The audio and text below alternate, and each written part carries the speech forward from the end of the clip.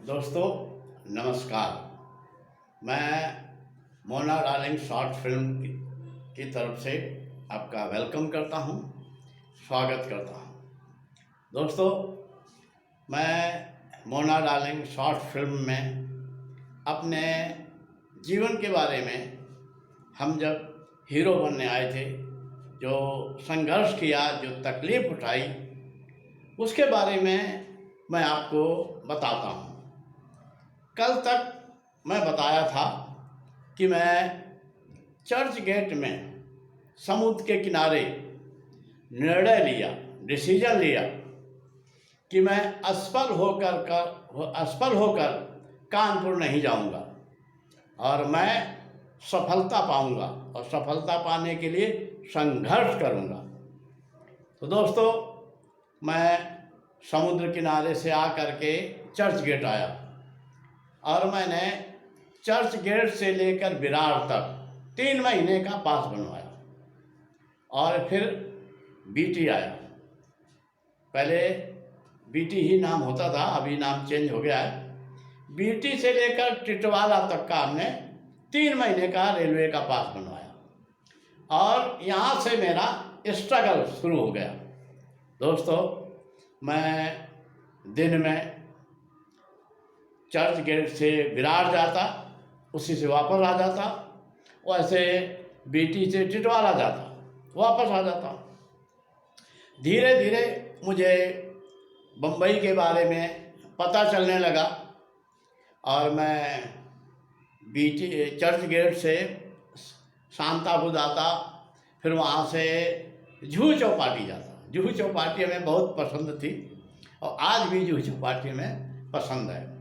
और ऐसे करके मैं जो बम्बई के वेस्टर्न एरिया में, जैसे अंधेरी हो गया, गोरेगांव हो गया, जो जो स्टूडियो थे, जैसे फिल्मालय था, फिल्म सिटी था, और भी स्टूडियो थे, नटराज था, तो और सेठ स्टूडियो था, तो सब स्टूडियो में मैं जाता और वहाँ घूमता और शूटिंग देखता। और मैं जुहू के बंगलों में जाता। कुछ ऐसे बंगले थे जहाँ रेगुलर शूटिंग होती थी, तो शूटिंग देखता और धीरे धीरे मुझे कुछ लोगों से परिचय भी हुआ और कुछ लोगों से जानकारी भी हुई, फिल्म 9 के बारे में थोड़ा थोड़ा जानकारी भी हुई। इसके बाद हमने एक जो बुक आती है टेलीफोन डायरेक्टरी, वो ले लिया, जिसमें अक्सर सबके पते थे। तो मैंने स्ट्रगल करना शुरू किया। तो मैं पहले बड़े बड़े डायरेक्टरों के पास जाता था, उनके ऑफिस में जाता था काम मांगने के लिए कि मुझे एक्टिंग का शौक़ है, मैं हीरो बनने आया हूँ। तो अक्सर बड़ी कंपनी के सभी लोगों का एक ही जवाब होता था कि हम स्टार को अपनी फिल्मों में लेते हैं, हम नए को चांस नहीं देते। अब हमारा स्ट्रगल शुरू हुआ कि जो नए प्रोड्यूसर हों, छोटे प्रोड्यूसर हों, तो इसका भी मैंने पता लगाकर घूमना शुरू किया। तो उस समय आज भी ऐसे मिलते हैं, तो जिनके छोटे छोटे प्रोड्यूसरों के ऑफिस थे, वहाँ गया तो सबसे पहले वो एक फॉर्म देते थे और फॉर्म का फीस 500 रुपये, फॉर्म भरो, फिर ऑडिशन होगा। मैं कई जगह ऑडिशन दिए। ऑडिशन के बाद 5,000 रुपये सिक्योरिटी के तौर पर जमा करते हैं, वो भी जमा किया कई जगह, लेकिन उन लोगों की कोई पिक्चर शुरू नहीं हुई और ऐसा हमारा स्ट्रगल चलता रहा। इसके बाद दोस्तों, उस समय जब 1985 की बात बता रहा हूँ मैं, तो उस समय जो फिल्म के लोग, फिल्म का काम दादर में ज़्यादा होता था।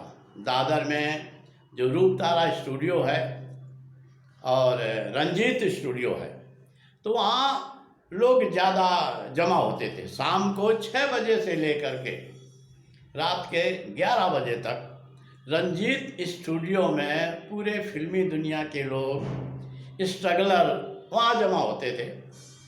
और सुबह अंधेरी वेस्ट में, अंधेरी स्टेशन के सामने एक होटल था, जहाँ मैकडॉनल्ड बना हुआ है, वहाँ एक होटल था। उस होटल का नाम लोगों ने चीटर होटल रख दिया था, क्योंकि वहाँ जाने जाने वाले सब फिल्मी लोग थे जिन्हें चीटिंग करने का ज़्यादा शौक था। तो चीटर होटल के नाम से प्रसिद्ध था। तो मैं वहाँ भी जाता, तो मैं सुबह अंधेरी जाता और वहाँ टाइम पास करता, चाय नाश्ता पीता और नए नए जो लोगों से मुलाकात होती।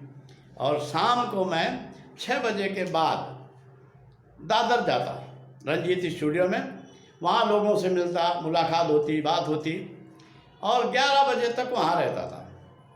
11 बजे के बाद मैं दादर स्टेशन आता और बीटी के लिए ट्रेन पकड़ लेता। और बीटी में जहाँ प्रतीक्षालय है, जहाँ बाहर जाने वाले यात्री विश्राम कर रहे हैं, तो 12 बजे से लेकर के 4 बजे तक मैं बीटी स्टेशन में सोता था। और 4 बजे के बाद सफाई कर्मचारी आते, भगा देते। तो 4 बजे उठकर जाता, फ्रेश होता और आराम से चर्च गेट जाता और विरार की लोकल में आराम करता है, सो जाता, विरार जाता, फिर विरार से वापस चर्च गेट आ जाता और इसके बाद फिर अंधेरी जाता। तो ये मेरा एक रूटीन हो गया। 1 महीने तक मैं लगभग इसी रूटीन के अनुसार रहा और 1 महीने तक मैं बीटी स्टेशन में सोता रहा, क्योंकि मेरा परिचय किसी से नहीं हो पाया, कोई घर नहीं मिल पाया।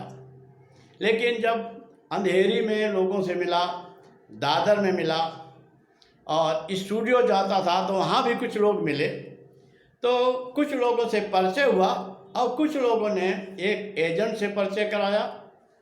तो घर दिलाने के लिए यहाँ एजेंटों की ही ज़रूरत होती है, बिना एजेंट के घर नहीं मिल सकता। तो उस एजेंट ने कहा तो मैं घर चाहिए। मैं बोला हाँ मैं घर चाहिए। बोले फैमिली है? बोले फैमिली नहीं है। तो बोले बिना फैमिली का कैसे घर मिलेगा? बड़े मुश्किल में उसने मुझे अंधेरी ईस्ट में जो रेलवे चाल है, और वो भी रेलवे की पटरियों से 20 फुट दूर, वहाँ उसने मुझे घर दिला दिया। अब मैं वहाँ रहने लगा।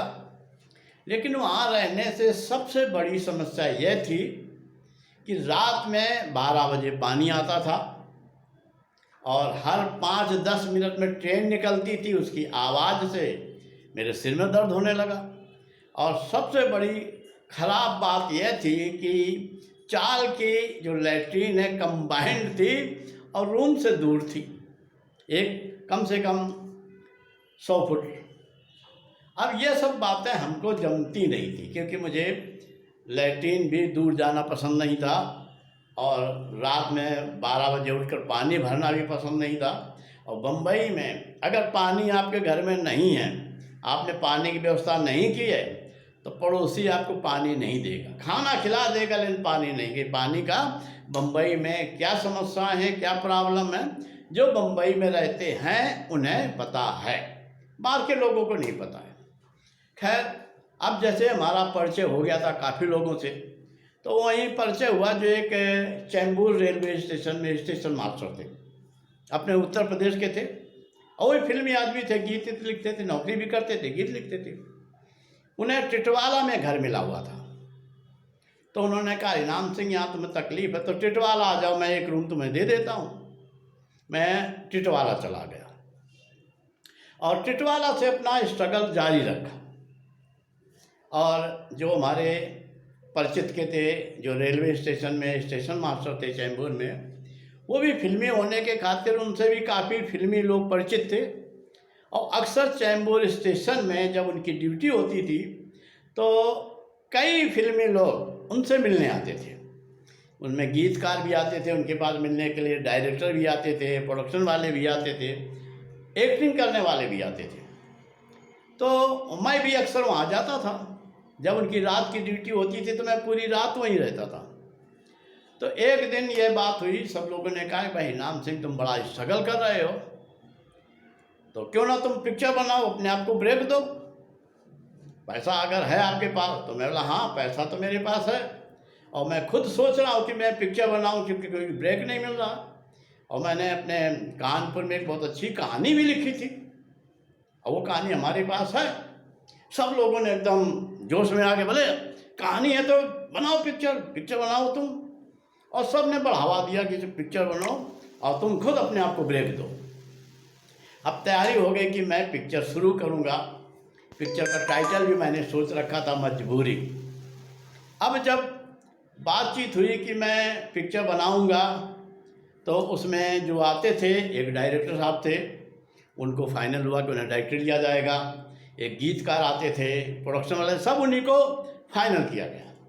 जब पिक्चर का प्रपोजल फाइनल हुआ तो हमारे डायरेक्टर साहब ने कहा कि देखो, पहले तुम अपने बैनर को मजबूत करो, तुम हीरो मत बनो। और यही बात सब लोग कहने लगे कि तुम हीरो मत बनो, पहले अपने बैनर को मजबूत करो। वो अक्सर जब कोई प्रोड्यूसर हीरो बनता है तो सब लोग यही सलाह देते हैं कि बैनर को मजबूत करो, तुम हीरो मत बनो। तो मैं उनकी बात मान गया। मैं बोला, भाई किसको हीरो लेंगे बैनर को मजबूत करने के लिए? बोले, हीरो नसीरुद्दीन साहब को ले लेते हैं। और हीरोइन में वो डायरेक्टर साहब थे, उनकी प्रेमिका थी। बोले, उसको ले लेते हैं। मैं समझ गया कि डायरेक्टर साहब अपनी प्रेमिका को ब्रेक देने के लिए नसीरुद्दीन साहब को ला रहे हैं और मुझे हटा रहे हैं। खैर, मैं उन सब की बात मानी। मैं बोला, चलो ठीक है। अब समस्या आई कि आगे कैसे काम हो। तय हुआ कि कंपनी रजिस्टर कराई जाए। मैंने अपनी कंपनी का नाम रखा एच.एस. फिल्म, हरिनाम सिंह फिल्म। अब इसका रजिस्ट्रेशन करने की बातें जब होने लगी तो हमारे जितने वो लोग थे, जो ग्रुप के थे, जो वहाँ रहते थे, सब लोगों के साथ मिलकर पिक्चर बना रहे थे, उन सब ने कहा कि हरिनाम सिंह, तुम्हें पिक्चर शो करना पड़ेगा, कि आपके पास कितना पैसा है। मैं बोला, पिक्चर का बजट क्या रहेगा? तो सब लोग बोले 5-6 लाख रहेगा। मतलब 5-6 लाख रुपए आएगा तो चिंता मत करो, मैं 7 लाख रुपए आपको दूंगा पिक्चर बनाने के लिए। बोले, आप शो करो। मैं बोला, शो तो नहीं करूंगा, 2 लाख तो गंवा दिया है, तो इसलिए हम पिक्चर पैसा ला करके इधर हम दिखाएं आप लोगों को या दें, तो पहले पैसा नहीं दूंगा, शूटिंग करो और वैसे हिसाब से हमसे पैसा लो। बोले, ना, हम इसलिए कह रहे हैं कि अगर आपके पास पैसा कम पड़ गया तो पैसा कहाँ से आएगा, इसलिए हम आपको हेल्पर देते हैं। और उन्होंने, एक गुप्तेश जी थे, बोले, गुप्तेश जी आपकी हेल्प करेंगे और इनकी मिसेज भी आपको हेल्प करेंगी, तो कंपनी में इनका भी नाम डाल दो।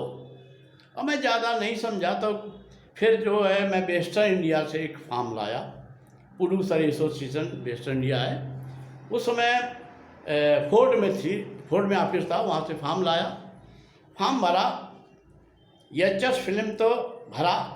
इसके बाद मिसेस गुप्ता नाम भरा और फिर कार्यवाहक प्रोड्यूसर गुप्ता। अब वो फॉर्म भर करके जब हम लेकर गए वेस्टर्न इंडिया, तो वहाँ के सेक्रेटरी थे उस समय एक मिस्टर श्रीवास्तव। श्रीवास्तव जी बहुत ही अच्छे आदमी थे, हम उनकी तारीफ क्या करें। जब वहाँ ऑफिस में गए, मैंने कहा, सर मुझे फिल्म बनाना है और मैं कंपनी रजिस्ट्रेशन कराने आया हूँ, और फॉर्म उनके सामने रख दिया। उन्होंने फॉर्म देखा, बोले, गुप्ता जी चाय पियोगे? मैं कुछ नहीं बोला। फिर बोले, गुप्ता जी चाय मंगाऊँ? मैं जब कुछ नहीं बोला तो बोले, अरे गुप्ता जी हम आपसे बोल रहे हैं। मैं बोला, मैं गुप्ता नहीं हूँ, मेरा नाम तो हरिनाम सिंह है। तो बोले, यहाँ तो प्रोड्यूसर में मिसेज गुप्ता लिखा हुआ है, को प्रोड्यूसर में गुप्ता लिखा हुआ है, तो हरिनाम सिंह का मैं कैसे जानूँ कि हरिनाम सिंह प्रोड्यूसर है? मतलब मैं प्रोड्यूसर हूँ। बोले, नहीं, इसमें गुप्ता और मिसेज गुप्ता प्रोड्यूसर है। मैं बोला, एच.एस. फिल्म तो मेरी कंपनी है। तो बोला, तुम्हारी कंपनी है लेकिन प्रोड्यूसर ये लोग हैं। अब मैं तो चकरा गया।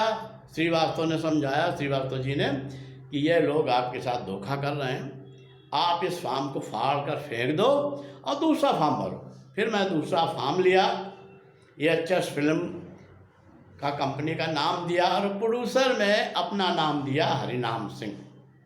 और श्रीवास्तव जी ने मुझसे कहा कि आज के बाद तुम उन लोगों के बीच में नहीं जाना, आप अलग जगह देखो और अलग ढंग से काम करो, दूसरे लोगों को लो, वो लोग तुम्हें फंसा देंगे और तुम्हारा पैसा हजम कर लेंगे।